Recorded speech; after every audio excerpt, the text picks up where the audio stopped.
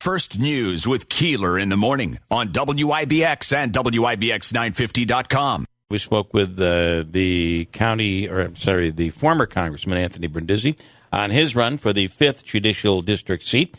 He will be running as a Democrat. The Republican candidate for a state Supreme Court judge is Danielle Fogel, who is in the studio right now. Danielle, good morning. Good morning. How are you? I'm great. Great to have you in. And listen, we were getting someone that was yelling at us yesterday saying that we're favoring Anthony Brindisi, and we just don't know you.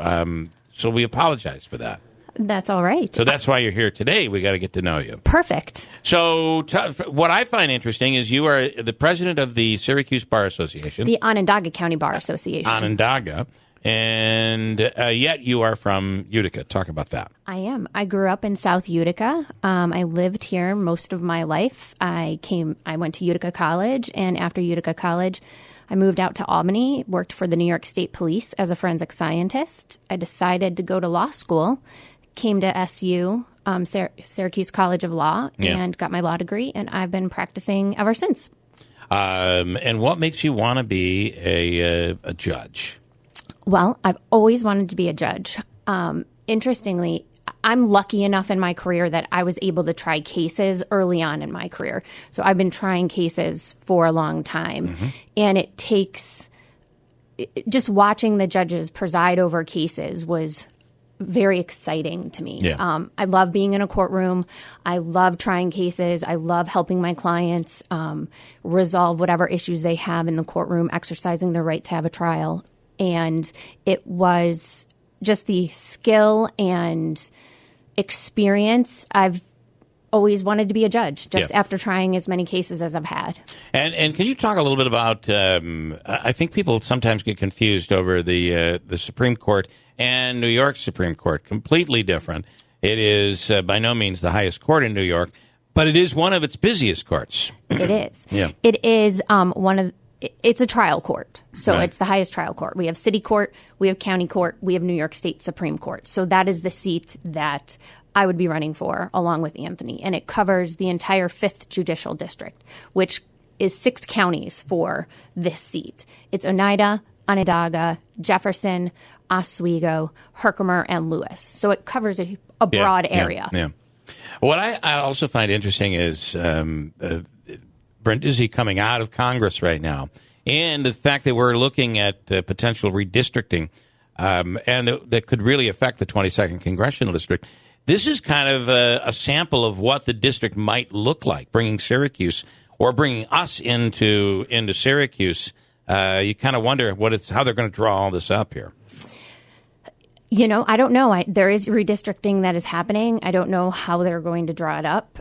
This has been the district for the courts for a long time. So what they do with the political side, I don't know. Someone asked yesterday if the judicial position is not political, why do you run on a political line, and why are you a Republican versus a Democrat, and how would that affect you as a Supreme Court judge? Well, it's not a political position. A judge can't be political. Our job would be you're tasked with applying the law, and that's what you're required to do. Right. So it's not a political position. But yes, I agree. You have to pick a party line. And Anthony's a Democrat. I'm a Republican. So we're picking our party line to run on. I think everyone thinks it's political, but it's really not, because you can't. It really comes down to education, qualifications, experience, being fair-minded, having the dedication and integrity and ability to work hard to help the litigants and the community resolve issues that are before the judge. Well, we were trying to come up with great negative ads that you could run on Brindisi. But that's not typical, especially in a Supreme Court judge race. It is not. Yeah. It's not typical. It's not a political arena. It's not a political campaign. Yeah. It is, you have two individuals matched, and it should come down to qualifications, experience, and their ability to be excel as a judge on the bench. There's nothing you have from high school that you're going to, pull out of. That was what the thought is, when he was in high school. He used spitballs to attack the teachers. No. We are both Notre Dame jugglers, but that does not come into play typically in these And I think instances. both of these guys are, too. Both Notre and I. Dame All right. grads. What made you want to do Supreme Court as a justice as opposed to any of the other courts that there are? My entire career has been in civil litigation, trying cases in Supreme Court all across the state, from Buffalo to Albany, all over the state. And it's where my experience lies. I'm familiar with the court procedures. I understand the rules of evidence that are applicable there. You have a comfort level with that court. Not saying I couldn't be a judge in another court. It's just where most of my experience and background lies. So I think I would be an appropriate fit for a Supreme Court justice.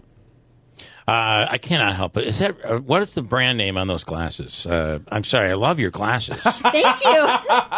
I just came from Sunglasses Hut in Florida, trying to find the best pair of sunglasses. Those are corrective lenses, I assume. They are. But there's a brand on the side. Is that are they It's Ray-Bans? Ray-Ban, yes. I love Ray-Ban. Yep. You always ask the hard-hitting stuff. I want you to know. I don't know if I know the answer to that question. Why Ray-Ban and not Oakley? Come on, tell us. I have never asked Anthony Brindisi that question. So just for the record, you're the only person I've ever asked that question. Well, I'm glad you like my glasses. But they're really nice. Thank I like you. the glasses a lot. Okay, and do you live in Syracuse now? I do. I live in Syracuse. I have two little boys, Anthony and Mason. We have a 4-legged baby as well that we adopted from Helping Hounds. And my husband is, I live with my husband, Michael, as well. All right. And this is going to be very interesting, I think, in that when you see, because you have ties to Utica and you're living in Syracuse, I would say from if you're looking from afar, glancing at this race, that would give you an advantage. Obviously, Anthony being a former congressman could give him an advantage as well. But you have the ties here, which could assist you greatly. I do. My dad still lives here. I'm here often. I've been in the courthouse a ton of times, handling cases out here. I represent clients out here. So I do. I still have significant ties to the area. Can tell me what's going on, and you're seeing the violence right now, and you might see some of this in court. But Syracuse has been hit really hard with some terrible violence. We're seeing it here. What's going on? I don't know what's going on. It's unfortunate. I don't know if it's the whole element of we were unprecedented times with the pandemic. I don't know if that is a product of it. It's unfortunate. It's sad. And it is, yeah. It's very sad. Yeah, it's crazy. Anybody else? Have you made the rounds and made stops in some of the other counties maybe that aren't as populated as Onondaga or Oneida? That is all in the plans. Yeah. So we're working on that now. I'll actually be out and about on Friday, going to one of the fairs in one of the other counties. And it's just getting out there and meeting people, getting to know the community. I've tried cases I've handled cases out in Lewis County, in Oswego County. So I'm familiar with the areas because I've practiced in all of the 5th Judicial District. So it's just kind of getting back out there and meeting the people, getting the community to know who I am. And I think that's going to be the most important. Yeah. You know, back in the day, years ago, we didn't have the internet. We didn't have all these things where if you said something in Utica, it would take months for someone in Syracuse to hear it. Hey, did you hear what that Danielle Fogel said? Today, the problem is when you try to say something to make the Utica people and the Rome people happy, they're going to hear it in Syracuse immediately. So who has the best pizza? I mean, you're from Utica. I am. You thought the glasses question was hard. That was tough. That's tough. If you ask my son Mason, he says Franco's. Okay. That is his favorite. And is that Franco's in Syracuse? Nope, it's in Utica. Okay, and it is right on.